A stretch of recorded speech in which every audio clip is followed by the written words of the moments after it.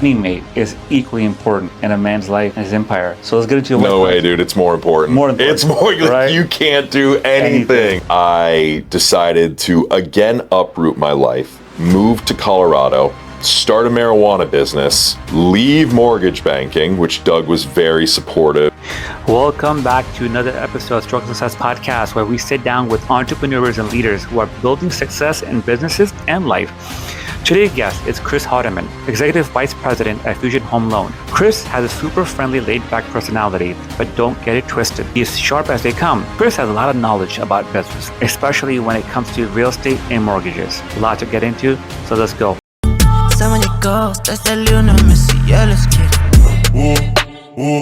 Look at me, habibi. Dubai Jeep, let's get it. Look at me, habibi. Dubai Jeep, let's get it. Bags, expensive. Don't touch me. Back it up, back it up, back it up, back it up. No, I have to back it up, back it up, back it up, back it up. Welcome to another episode of Struggle Success Podcast. It's your host, your favorite host, KB. Today, I'm here on location with my guest right across me. This gentleman I came across. Thank you, Sanjay, once again, the mayor, unofficial mayor of Central Florida. I saw his interview on this amazing podcast. I'm like, who are these people? And I came across Fusion Homes Loans. That's right, here in Winter Park, Florida. And the gentleman who was interviewing Sanjay seemed like a natural interviewer. His voice actually reminds me of like the old school radio people back in the day, you know, back in New York. You know, hi, welcome to DDBC FM radio. Yeah, amazing. Yeah. And so me and Chris Hardiman had a conversation, a little bit of background on each other. He had me on his podcast recently, like an hour ago, and now he's on my podcast. Welcome, Chris. KB, thank you for having me, sir. Thank you for coming on. Yeah, absolutely. By the way, that's a compliment. Like your voice, your enunciation, brother, it's so good. Like, you know my story, I had a speech thing I went through. Yeah, of course. Like, yeah. like, well, now I really know your story because we just got done going through it. But like, did you ever do like radio or commercials, any voiceovers? No. But I get it all the time. Okay. I do hear it all the time. It's not only me saying this to you. No, okay. Total compliment. I get it all the time. Funny, my first job in mortgage banking was in Los Angeles. I was living in Los Angeles at the time. LA. Yeah, and I heard it then all the time. Like, oh, are you in voiceover work? Like, what do you do? Like, blah, blah, blah, blah, blah. I'm like, no, I'm a banker. Like, okay, well, opportunity wasted. But no, I do hear it. I've had like brokers and agents here in town ask me if I'll do voiceover work on like their listing videos, which I don't do. I do it. Yeah. No, it's great. I hear it from borrowers. But yeah, thank you. Thanks, That's man. awesome. Chris, like the story how I came across you. Yeah. Right. Sanjay. And Sanjay. And I went into the rabbit hole of your company. Yeah. And I'm just not saying this in front of you, but like, man, your IG page is amazing. Like they say, to really today in day and age, if you're not on social media, man, you're out of the game. Number one. Yeah. Right. Number two, firm believer in that. Right. Social media, it is here to stay. Yeah. Number two, if your social media is not telling the viewer how good the culture is, you're behind already.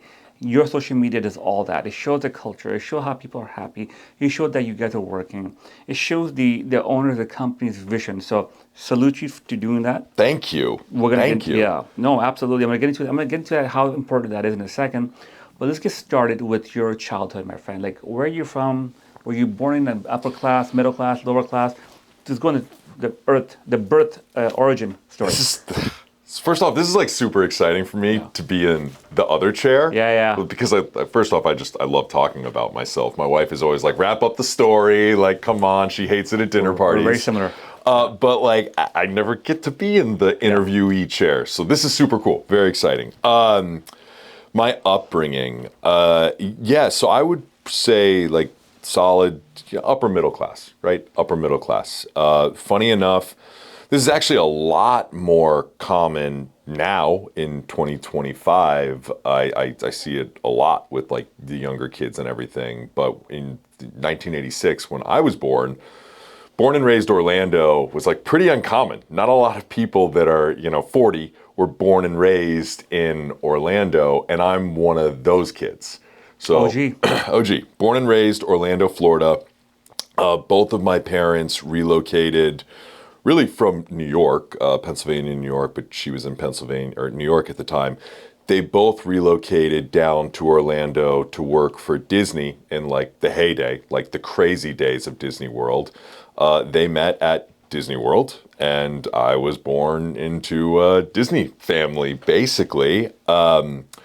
My father spent most of his career at Disney, most of his career, up until the crash, up until the crisis, and his story is awesome. I tell him all the time, like, dude, we need to reduce this to writing. Like, we got to write a book or something. The opportunities that you had at Disney World when it was booming, when it was expanding. So his first job there was running 3 popcorn carts on Main Street at the Magic Kingdom.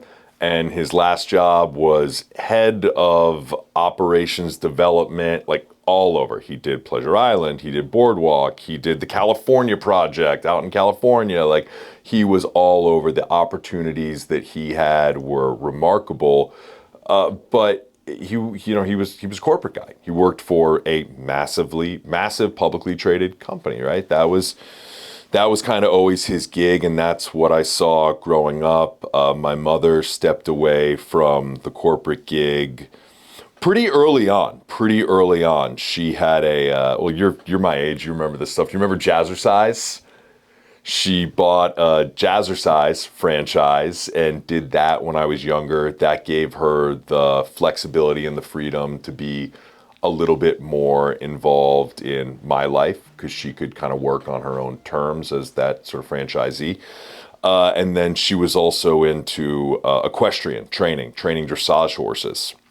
So I grew up on a farm, essentially, not like a working, cows, pigs, and chickens, but like a working equestrian facility out in West Orange County, little rural part of town called Clarcona. And we had a working equestrian facility there. So I was mucking stalls, I was throwing bales of hay, I was doing all that stuff from a very young age. And that's it, man. That's like the core. What kind of family was I born into? Who was my mother? Who was my father? Like that. That's that. That's the foundation work. Yeah, that's the foundation work. A lot of love. Oh yeah, Positivity. Incredible love and positivity. Like you, I focus a lot on mental health, personal development. So I've told this story because that's where the therapist always starts, right? Tell me there, and she's like, wow, what a wonderful, supportive upbringing you had. And my parents divorced when I was in the 6th grade, which is tough, and it's really tough on middle school kids, right? Like you can't tell me that's not the most screwed up age. And like a kid's upbringing, those middle school years, they're tough. So that was, of course, difficult. But I got to tell you, like, to have 2 parents who navigated it the way they did and the way they supported me and were there for me and tried to do it in the most functional and healthy way possible. And, now sitting here being a 40-year-old, I don't feel like I've got this figured out at all. I don't know what's going on. I don't know. Every day I learn something new about parenting, right? So yeah. I applaud them and I commend them for navigating that the way they did. I don't know. I think I turned out all right. So your parents' divorce was pretty decent, civil. Yeah. Co-parenting was a thing. Yeah, co-parenting was very much a thing. Very much a thing. So from looking at you from here and talking to you and knowing you for a short period of time, yeah, I would say their work shows. You're put together very well. Oh, thank you. And I don't think there was much turbulence in the early years after that. So I mean. Yeah, I always I was a bad kid. High school, I was a bad kid. Describe bad. I wasn't. I played sports. I played lacrosse. I rode crew. I did like the good things, but come the nights, come the weekends, I was out partying. The kid who snuck out of the house, the kid who was trying with my buddies. organize the house party, where all the high school kids gonna go this week, like that. Yeah. That was me in high school. Okay. I was a troublemaker. With the legal stuff happening. Never got in trouble with the Good. law. That's what matters, right? Yeah. Never got in trouble with the law. I Innocent was stuff. great about not getting caught. I love it. I was really good about That's not awesome. getting caught. That's awesome. And then, the world changes. I would say, like, I always, look, once you become 18, you're no longer a minor. That's true. Right, so It's on you. Yeah, it's on All you on at you. that point. So you got to lock it up a little Sure. bit, right? You got to change the way you behave. Stop, doing the all the street racing, and that was big back in those days Yeah. too. I had Fast a little. and Furious was Oh the big thing. yeah. I had my little red Honda Prelude. I thought I was hot Prelude, shit. I like those. My little cold air intake, remember my those. exhaust. Civics. Oh yeah. Toyota Celicas. But it changes. It changes once you get off to college. Season changes. Yeah. What do you college? Florida State University. FSU. Yeah, so Florida State University. That's Tallahassee. Tallahassee. That's Yeah, right. big party school. My brother-in-law went there, Billy. Yep. Yeah, big party school. I always say, like, if I'm looking at a candidate and they have a 4-year degree from Florida State University, look, it's not Ivy League, it's nothing, but I do know that at some point that individual figured out how to toe the line between social and academics. Yeah. And that's one thing that I think is wildly important, is at some point they realize, like, all right, I got to lock it up. I can't be at the bar 6-7 nights a week. I got to focus on my academics. I got to get out of here. I got to get that degree. It's really easy to do that over there, right? Oh, yeah. Yeah, I went to USF Tampa, and that was boring. Yeah. But at Gainesville, UF, sorry. Yeah. FU. I like that, actually. Yeah. UF and FSU are known to be big party schools. But the interesting thing is, the positive thing is that the number of students coming out and doing well is really high. Oh, it's wild how hard those schools very are to get interesting, right? into these days. They're really hard now. Really hard. Yeah, Wasn't my as hard when I got it. And my nephew would tell me the other day, he goes, Uncle, it's really hard. We're at FSU. Yep. We're partying. We're still focused. Yeah. What do we do after school and after graduating? Yeah, so it's funny. I was supposed to graduate in oh my God, let me get this right. I was supposed to graduate in 2009. I was going to walk with a degree in finance with a double major in real estate. So that's what I was going to do. Was finance and real estate. I was going to have that diploma. I was going to walk with that. I had purchased a home my sophomore year, and the market just crashed, right? You know what happened. You're no stranger. You were in real estate. The market just ended. So I was like, I don't know, 30 grand upside down on a house that cost like $205,000, right? So like I couldn't get out of it. I didn't have renters lined up yet, and I actually spoke to, I call her my grandmother. I lost my grandmother when I was pretty young. My grandfather remarried, so I was talking to my grandma Kitty, and she was like, hey, look, like, the job market's awful. You've got bright futures. You've got scholarship money left over. Like, how many extra credits would it take for you to go back and get a degree in accounting? Because she's like, I don't care what you do with your life. A degree in accounting and being able to, and my dad always said this, the financial statements are the language of business, right? He's right. If you can't read a profit and loss statement, a balance sheet, and a statement of cash flow and understand how those 3 documents speak to one another and what business of a story they tell, you can't understand a business. You can't evaluate a business. You can't run your business. So I took my grandmother's advice and I was like, holy crap, for like 3 more semesters, I can get a degree in accounting too. Like, they were tough semesters, tax, audit, like, the worst. But just buckle down, do 3 more semesters, you can walk with a degree in accounting. So did that, buckled down, got a property manager lined up for the house, got some renters in place, left 2010. So finance, real estate, also degree in accounting. But the job market was non-existent, like just crap. The world was still Recovering. recovering. The world got punched in the balls and on the floor, and they're recovering. Yeah. So, what did I do? Who didn't put a lot of planning and focus and energy into deciding what the next step was going to be. I went and I got my 215, which is the license to sell life insurance, and I moved to Tampa and I got a job with Mass Mutual selling life insurance in Tampa. Yeah. Life insurance. Yeah. By the way, which is a great business. Yeah, you can make a lot of money in that takes business. time You to grow can help that. a lot of people. Help a lot of people, but it takes time to grow that out. Yeah. And then eventually, when it's grown, fully grown, it's running. It's very lucrative. Very lucrative, wonderful business to be in. Of course, you know, as the guy who's selling it, you want to go for the high premium products, right? So you're trying to sell the whole life policies, like those sort of things. And look, I was walking into business owners in 2010 that were trying to figure out how they were going to pay their rent and keep their employees.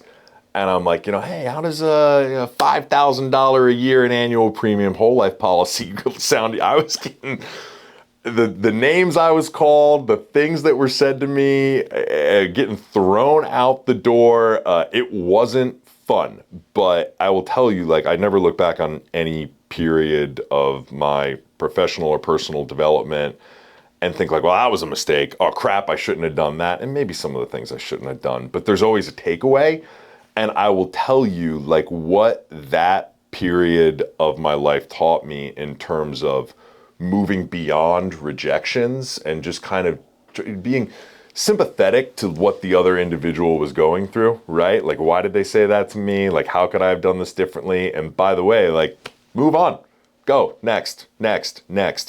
Really impactful in terms of my professional development and just moving beyond objections, not taking it personally, understanding what the other individual's going through. That is some valuable skills to get. But it was not fun. Not fun. It was not fun By at the all. way, when things are not fun, as a 43-year-old looking in and sharing my audience, Yeah. when things are not fun and you're uncomfortable, remember, you're growing. Like, as a business owner, if you're a videographer, a podcast, a mortgage company, a med spa lawyer, whatever you're doing, like, I'm not saying to always be miserable, but to learn. And if it's not fun, it's uncomfortable, the one thing I'll tell you, you're growing. 100%. Discomfort is where growth occurs. Yeah, you're right. You're absolutely it's super right. crucial. And I think we have kids the same age almost. How old are your boys? So, a boy and girl. Okay. 8-year-old girl, 6-year-old boy. Okay, so very similar. Yeah. Right, 8-year-old girl. So I have a 9 and 8. You have an 8-year-old girl and you have a boy. I mean, they don't know what it means to be uncomfortable. No, they don't. And we try and put them in those situations, as difficult that is, because, you know, you want their life to be cushy. But again, they need to learn. Right? Like, because they will go out in the world. They will face rejection, discomfort, uncertainty. And you gotta, as much as it hurts as a parent, you gotta try and prep them for that shit, because it's coming, right? It's coming. I'm sitting there in my office, in my home office, I was thinking about it. I'm like, I have 2 daughters. They're daddy's princesses. I want to make rose petals everywhere they go. Girls are even harder. It's hard. You know, my boy, I'm like, get out, go, right? Dude. But with my little girl, it's hard. You're like, dude, she has to learn. I know. Okay, so we're doing life insurance. Yeah. We learned the skill sets of a true entrepreneur. Yeah. Key thing. Learning the skill sets are important, and it helps with the mindset as well. Yeah. What do we do after that? So after that, it's interesting. So I have a wonderful. So in my business here, I have a partner, Nick Long. I have a number of partners, and we'll get into that later. But I have one partner in particular, Nick Long. He's been a best friend for since the high school years. And his father, Doug Long, and we can talk about the importance of mentorship, because holy shit, is it important. But Doug has always been a very, very, very important mentor in my life, and he's helped guide my career path and given me some wonderful opportunities. And he's currently a partner in Fusion Home Loans and also our CEO, which is, we're wonderful and lucky to have him. But Doug at the time, out of his own need and necessity, because he was going through the financial crisis, he started a consulting firm that represented borrowers, right? So the actual borrower, strictly commercial, no residential, in going and negotiating out whatever they were going through as a commercial real estate borrower with the bank, with the insurance company, with the private lender, whoever it was. And so he started this company called Covendium, consulting firm representing commercial borrowers to help negotiate, modify, in some instances, just go and talk to the lender and say, hey, here's the asset. Let's just talk about what we're going to do about this personal guarantee, right? So I came home. I was at a Christmas party. I was still selling life insurance in Tampa. I hit it off with a wonderful gentleman who I'm still friends with to this day, John Hilteen, and John's a Lake Nona guy like you. And I was talking to him and his wife. What'd you go to school for? Finance, real estate, accounting. What are you doing? Oh, I'm selling life insurance in Tampa. He's like, no, you're not. You're not with that background, not with that personality. You're going to come over on Monday. So John headed the resolutions department of Covendium. He goes, you're going to come over on Monday. You're going to interview with one of my director level guys for an analyst position. And if it goes well, we're going to hire you as an analyst at Covendium. You're going to be the guy breaking your back over the presentations that we take in and we put in front of lenders when we're asking for a modification of the debt, the negotiation of a personal guarantee, extension, whatever the workout we're proposing is.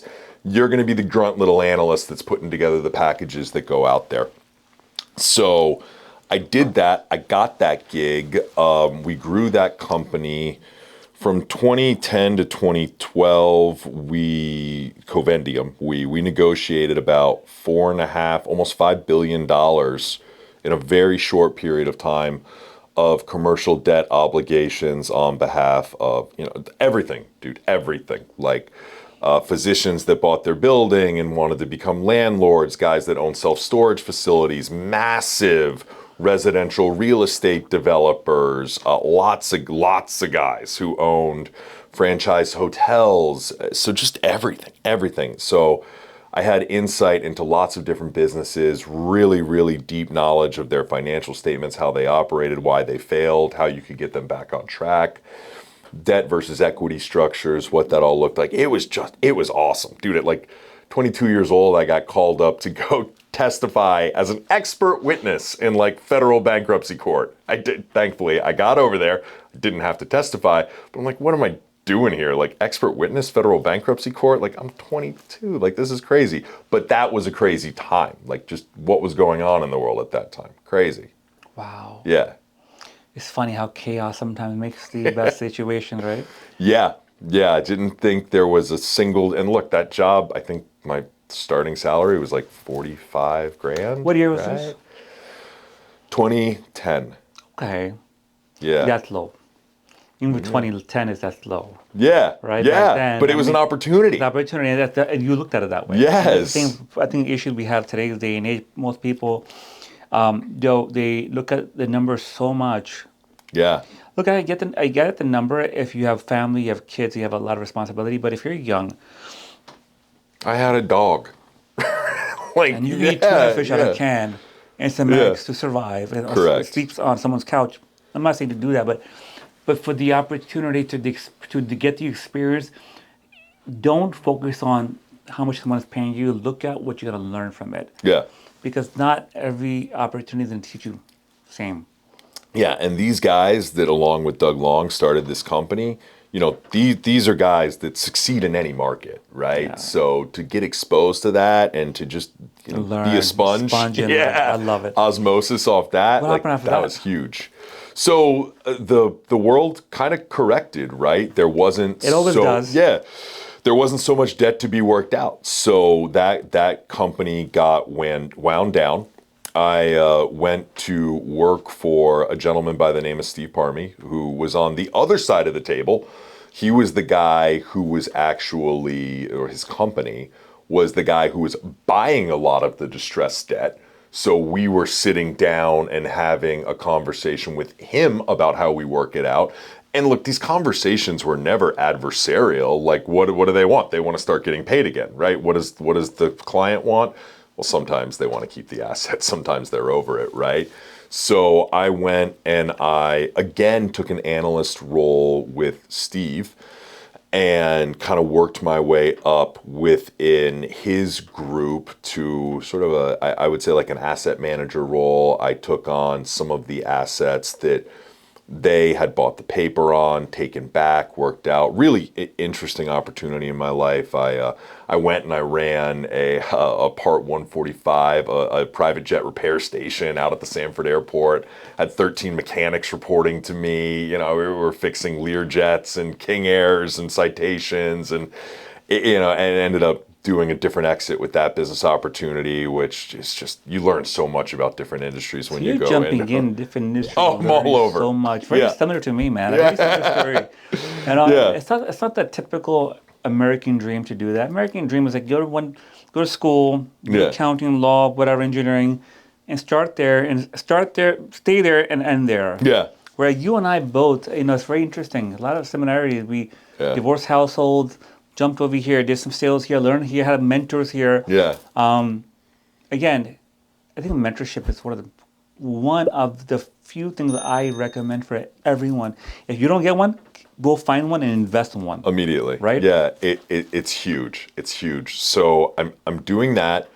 I'm having a good time with that. It's okay. I'm trying to figure out what's next. I want an adventure. So now Doug re-enters. Again, the importance of mentorship. He had sold a massive mortgage company right before the crisis, had a non-compete during the time, which was fine. He was doing this Covendium thing. We were working out distressed debt. His non-compete had ended. He's like a godfather in the residential mortgage space, right? OG. Major OG. So he had taken an opportunity to go run national production for one of the largest independent mortgage banks at the time, a company called Prospect Mortgage, headquartered in LA, right? So coming back around to there. And he was like, all right, you want an opportunity? Like, here's the deal. Fly out to LA, interview with a guy who was a couple levels below the CFO, see if you want to get a job in the finance department of Prospect Mortgage. So I did that. I flew out there. Again, nothing, no wife, no kids. They gave me like, $5,000 in relocation money to move my life across the world over down to LA, right? It's far. I was leasing a place in downtown Orlando, moved to LA, took that job and worked in the finance department of Prospect Mortgage. And that was where I really first began to learn mortgage banking, again, through the financials, right? How does this business make money? How does it lose money, right? Where do branches and divisions and leaders make mistakes? And that was really cool. And it was a really fun time to be living in LA. And that was an exciting chapter of my life. And I learned a bunch. Yeah. Wow. Yeah. LA. Yeah, super fun place. Yeah. As always. And I met my wife there. Oh, wow. Which is even better, right? To get into that. So my podcast is really about family and how, because I think, we'll get into it, you unpack your story. I think a running mate is equally important in a man's life and his empire.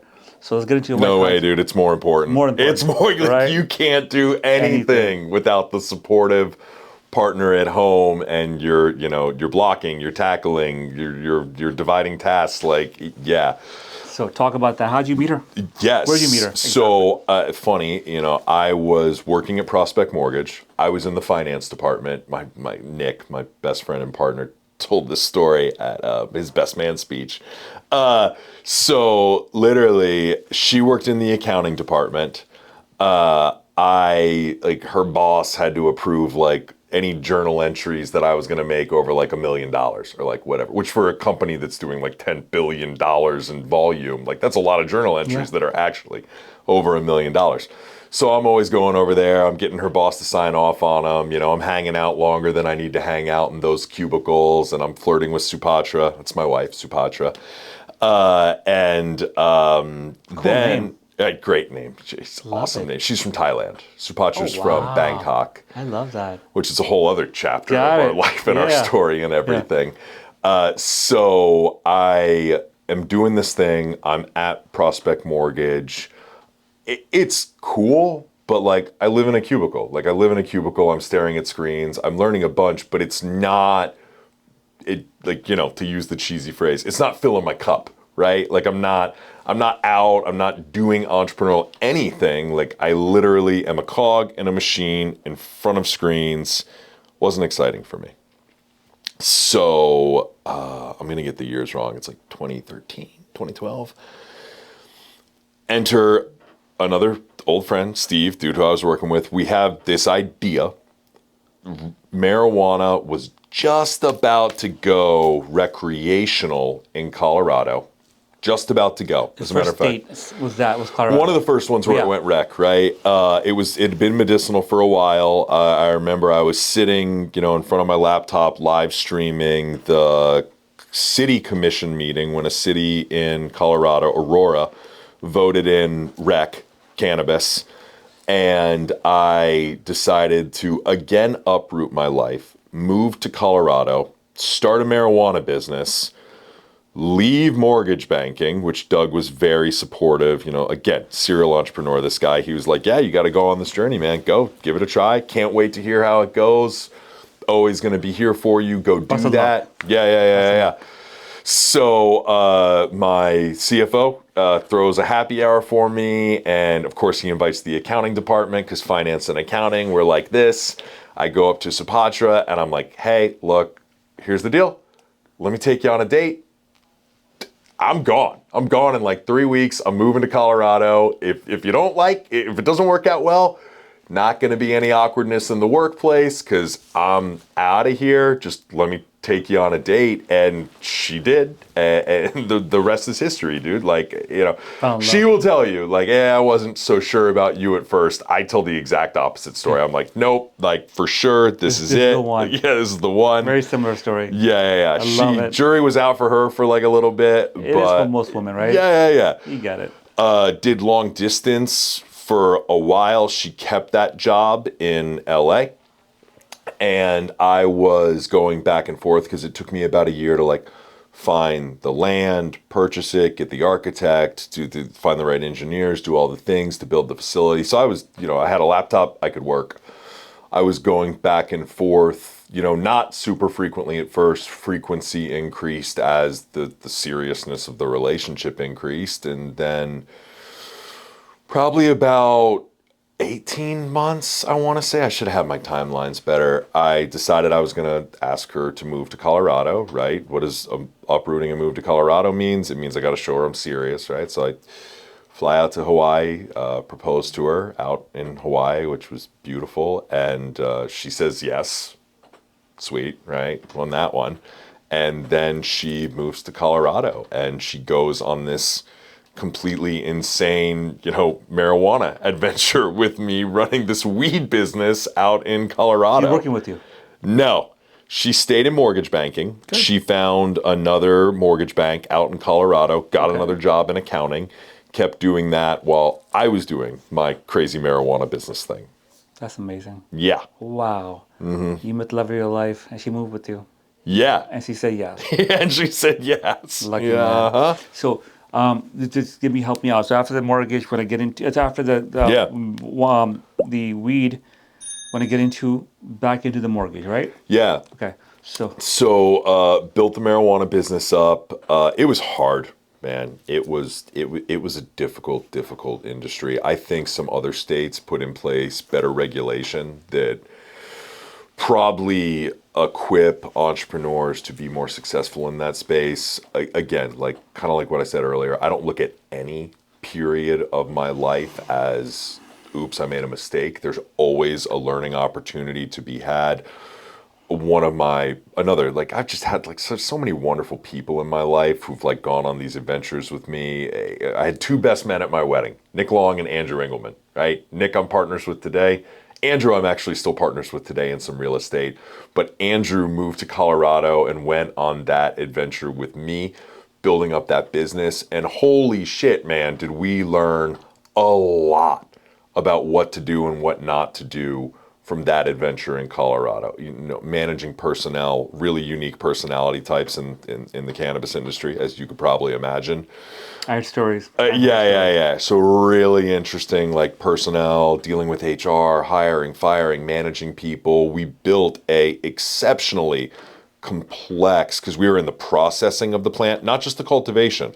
Although our cultivation facility was wild, like, LEDs, very specific climate control systems, humidity. So I learned a lot about real estate, in like the controls that went into not just the cultivation but the processing, because we were using butane under exceptionally high pressure. So we had to have like literally bomb-proof rooms that we constructed, built this all from scratch, right? Brought in the right engineers, everything. Funny enough, like my claim to fame is the company that we built out there in 2015 or 2016, I forget, won the Cannabis Invention of the Year award, which was a pressurized meter dose inhaler. I didn't invent it. I aligned with some really savvy guys that came up with, we call it the Bobs, that came up with the idea. And if you have any friends who are asthmatics, right, so PMDIs,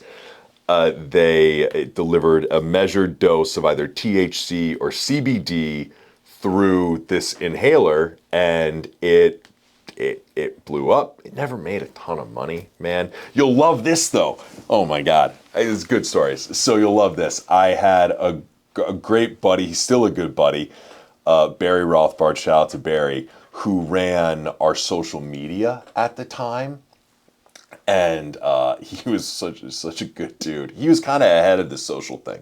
Like, now, like you said at the beginning, nowadays everyone knows. Like, you got to be on it. You got to be doing it. He was sort of in it back then, having the same thoughts, beliefs. Early to the game. Yeah. But he was also an influencer, kind of like before influencers were becoming a thing, very specific to that industry. And he went onto a commercial airline flight. I hope like the statute of limitations has run out on this stuff. Be careful. He went onto an airline flight and he took a video of himself hitting this asthma inhaler on the airline flight because it's odorless, smokeless, like completely non-detectable, right? And he like posted this video of him, in his seat doing it, and pinged a couple other big social media channels in that space, in that weed space, and it went fucking viral. It went crazy, right? Like all over. This guy's getting high on an airplane, crazy. So like, overnight, tons of followers, tons of press, and it was just super cool. Well, all this is going on. Again, like it was tough, man. And I'm not going to go into all the reasons why the business was difficult or why it was hard to manage these people or the problems I was having with my partners to put the capital up, because it was just so hard, man. It was really, really difficult business. I have Nick Long, who stayed in mortgage banking, working with his father, Doug, and every December, right, say I'm coming back to Orlando, I'm touching base with my people, and I'm just struggling to make, 120 grand a year. And I'm watching Nick's income and mortgage just go bump, bump, bump, bump. On the up and up. Yeah, and he's working with people that he likes working with and professionals, and things are happening and things are moving. And I had just had, still living in Colorado, my first child, my daughter, Adeline,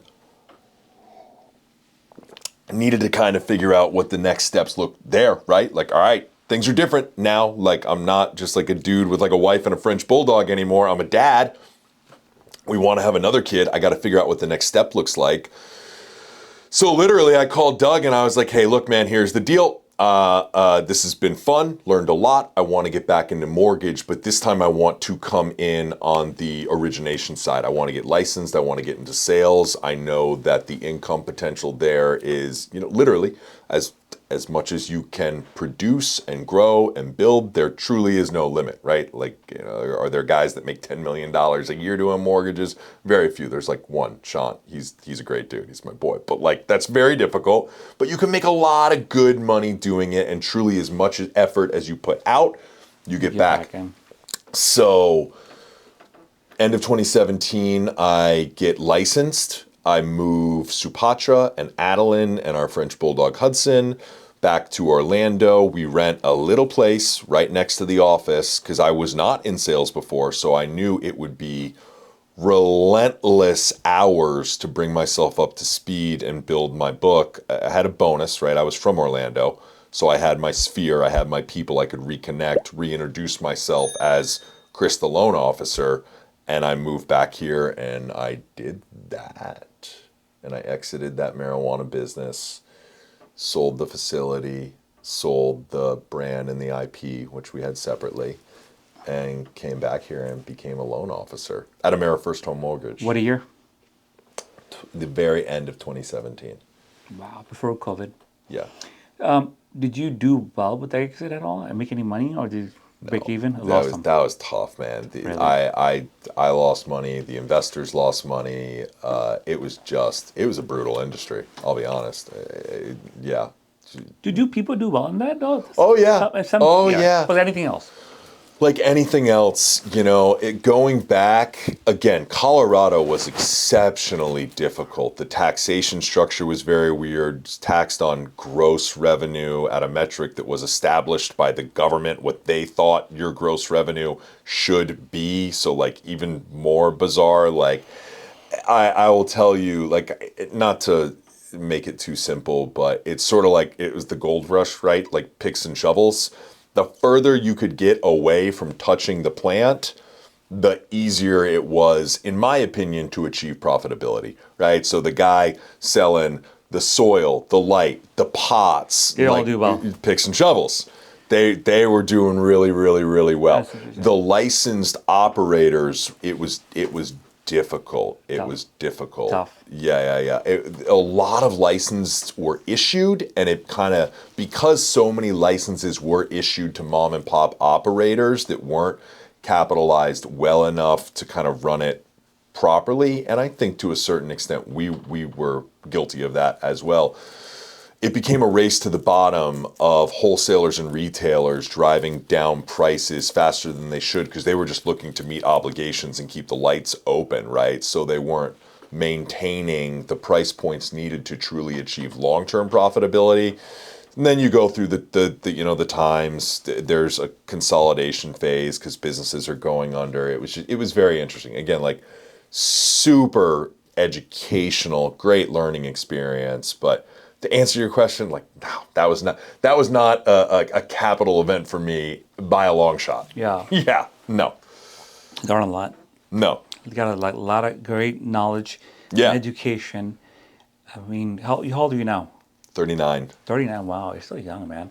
Thanks. I'll take it. And then you were this is about 9 years ago. 9 years ago. Yeah. We're 30 years old. Yeah. One baby. Mm-hmm. Okay, you come back to Had our Orlando. second one fast right when we got back to Florida. Actually, Was she take conceived that back. there? Yeah, we had our boy here. Your boy was here, his daughter was there. Had our boy here, but Supacha was pregnant when we moved back. Okay, so your boy conceived over there. Yeah. Okay. Yeah. So, okay. Unless we were on a trip. Yeah. Yeah. You're back to your hometown. Yeah. Which is cool. Back to your hometown where you know people. Talked about this, man. Like, how important do you think learning from your journey, for my audience, Yeah. your personal branding, how important is that, do you think? Gigantic. It's everything, right? Like who you are, particularly as a sales professional, and my client was the realtor, remains the realtor, right? I always say that, like when you're a mortgage loan officer, your client is the referral partner. And if my compliance officer is watching right now, I'm sorry, I said referral partner. She's going to yell at me. Can't say that. Your client is Yeah. the individual who sends you the business, right? You share a customer, which is the borrower. But I had to go out and rebrand, to your question about personal branding. I had to go to all of these individuals who knew me from childhood, from my early professional career, and say, hey, I know, sales, right? Know you, like you, trust you. I had to rebrand myself as a mortgage loan officer, right? So, hey, I know you knew me because I was the debt workout guy or the private equity guy or the pot guy who was out in Colorado doing this crazy thing for the past 4 or 5 years.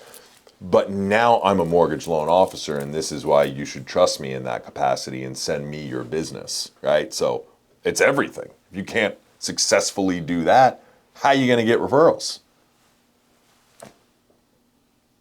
That's important. Yeah. I mean, and I think that you have to be really good with storytelling, Yeah. and you're good at that. Thank you. I think that part of entrepreneurship, and I told you in your podcast, I label myself as a storyteller because, Yeah. and I think all entrepreneurs should do that because, like you said, like you did all these things, and someone's sitting across you and say, you're like, why should I go with you? Yeah. Because well, you don't, they can look at you and say, well, you sold marijuana before this, but the proper storyteller, the proper entrepreneur will say, the experience I got from that, Yeah. I'm gonna bring it to your loan, Yeah. right? And I will tell you, like, I have realtors, powerhouse realtors in this market that the second they find out their client is an entrepreneur with complex tax returns, all the K1s, all the everything, they're the like, guy. listen, I'm not working with you if Chris Hardiman isn't your loan, because this is the guy. He This lived is the, it. yeah. He lived it. This is the 700-page tax return, the K1s, the business losses. This Why are guy we adding knows back the his thing. depreciation? Yeah. So you're right. Storytelling, paramount to making the entire vision, the journey, the process relevant to why you should be trusted today in your current role. And the storytelling to the team Yeah. to have them come share your vision, Yeah. and run the company like you are. Yeah. Amazing. Man, we have 10 minutes. I want to hear we don't about have enough future. time. We'll do part two. All right, We'll do a part all right, two. all right. But I really want to learn about your current venture, which I am proud to see this and witness this firsthand. Yeah. What's the name of the company? Fusion Home Loans.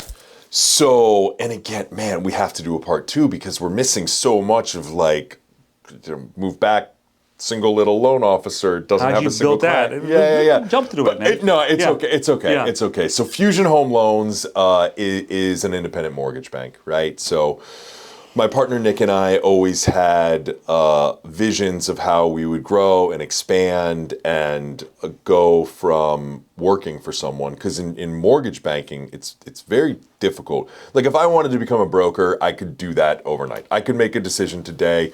I want to become a mortgage broker. I could work my butt off all weekend and it'd be a lot of phone calls and it'd be a lot of work, but I could be brokering on Monday if I really wanted to, right? I could.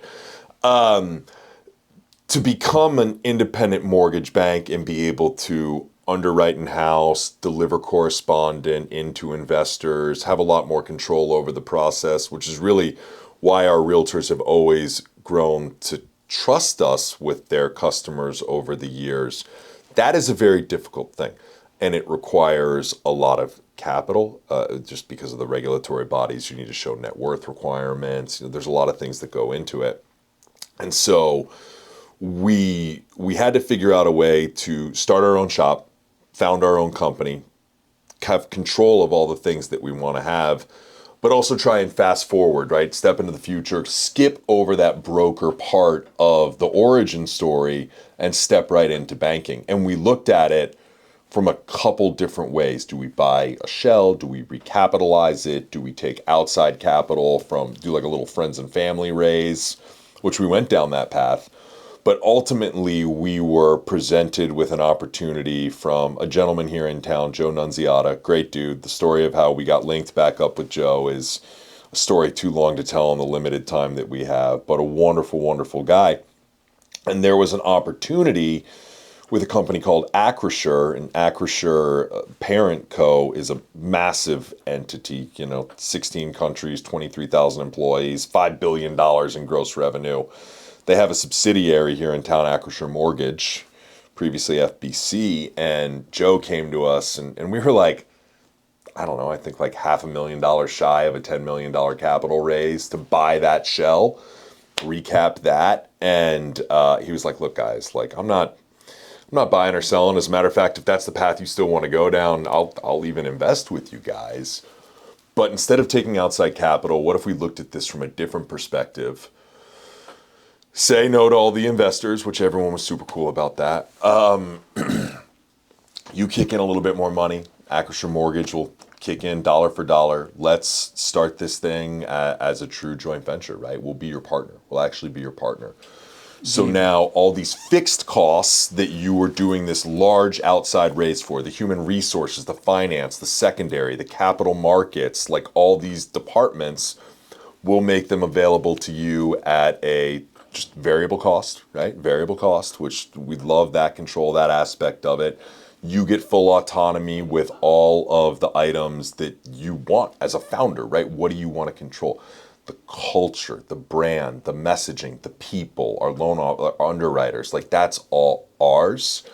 And then as we grow, we can continue to, we take another division that becomes Fusion, like another brand, bring in secondary, bring in capital markets, bring in HR, and everyone. Until that point, we grow and we rely upon our partner for that function. And it allowed us the ability to come right out of the gates as a true standalone IMB, skip over the broker part, and then there's no service level interruption for our referral partners. And we get to go and we get to build a company that is our own, which is so important to us, right? Yeah. Love it. Yeah. I love it. Wow, what a story, man, in a nutshell.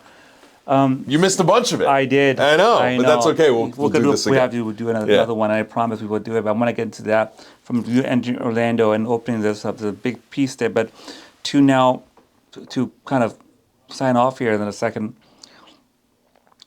you have your headquarters where I'm here right now. Yeah. Winter Park, Florida. Correct. For those who don't know, Winter Park is the hottest place in Central Florida.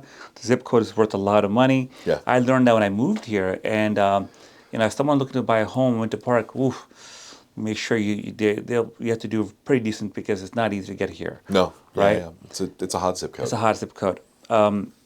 Your office is a 2-story building. Yeah. I love it. I'm gonna have my videographer go after this, make a little video, show it behind the scenes. Glad I got it pressure washed a week You know ago. what I mean? Yeah. Based on your social media, circling back, it seems your culture is off the hook, man. Yeah. And you guys take pride in that. We do. Right? Your logo is amazing. The decor, everything stands out. It's a story. As you walk in, you tell a story. Whose idea was all this? This was no one individual's idea. All together. This was all together. This was wonderful input from a great marketing team that we've used at many companies now. Peggy is awesome. She takes ideas that we think are great and makes them even better, and then makes them actually translate into something beautiful, right? The core values, like the mission statement, that's very much us, right? We put that and the importance of integrity, doing the right thing even when it might cost more, right? Doing all of those things and kind of standing behind that. That's us. But Fusion as a whole, like, not to be lame, but it was truly a fusion of so many like valuable individuals that we've plucked along the way from this company and this adventure and this thing, and like it's just it all come together, and now we're expanding. We just hired a national director of strategic growth, Skylar Welch. She's up in Maine. We just brought on a super exciting manufactured housing division in Georgia. We've got a wonderful regional manager running and growing that. So we're very excited about what's going on in real estate throughout the entire United States, and we're positioning ourselves. How many people total across the board? Boy, damn, that's tough because we just onboarded those 2 groups last week. I'd probably say full-time employees, we're sitting just high 40s, low 50s now. So it's, I have it written on like a postcard, and it's smacked up next to my like monitor. Scale changes everything. That's the stage that we're in now, is understanding how we scale with responsibility and with intention and with purpose. And that's what we're doing right now. Scaling. Amazing. You have multiple locations. Yeah. Talk about that. So that's it right now. Today, physical branches in Florida, Georgia, Maine, which sounds a little funky, but it's for all the right reasons, right? And then loan officers, of course, in those physical branches that are licensed in other states. I think we're licensed in about 22, maybe 23 states right now. Honestly, it's hard to keep track. Our licensing department is jamming, bringing more online every single day. So we, at some point, right, the vision is to be licensed in 49 states. We're never going to New York. Sorry, I know you're in New York. I'm in New York, but we're not going there. Yeah, I get it. But yeah, that's the goal and the vision. Man, what a story, my friend. Yeah. Listen, you should be proud of yourself. Thanks, man. I am. I couldn't do it without all the people. My wife, paramount, number one. That's the one who keeps it all Together. going and enables me to do what I do. First time meeting you, man. I look for many years of good friendship and work together. One day, You did an amazing job. Your team did an amazing job. Thank you. I would urge people to come on their social media page, check out their website. Where can we find you? Yeah, so the company is Fusion Home Loans, right? That's about as easy as it gets. Fusion Home Loans, Instagram, Facebook, all the standard pages. Me, it's a little bit harder. I'm like _C Hardiman, the Chardiman, right? If they just go to Fusion Home Loans, like there's enough stuff that's like collaborated. They'll find me. They'll They'll you. find me. Awesome, Fusion my Home friend. Loans, man. KB, thank you. This is incredible. Thank you for coming on, my friend. Thank you. What a story.